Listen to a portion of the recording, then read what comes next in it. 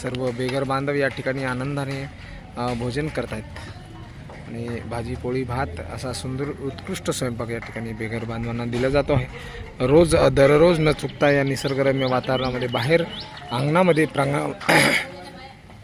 या अंगणामध्ये जवळपास 2 फूट पाणी साचले होते आणि त्यासाठी आम्ही आवाहन केले आणि आदरणीय डॉक्टर अनिल पटेल व अनेक दानशूर दानदात्यांनी मुरुम आणि छुरी या ठिकाणी पाठवली। त्याबद्दल या दानशूर दानदात्यांचे सुद्धा मनापासून आभार, ज्यांच्यामुळे या ठिकाणी जागा लेवल झाली आणि या ठिकाणी बाहेर भोजन करता येत आहे। त्याबद्दल मनापासून धन्यवाद। आज सूर्य परिवार यांच्याकडून या निराधारांना मायेचा घास देण्यात येतो आहे।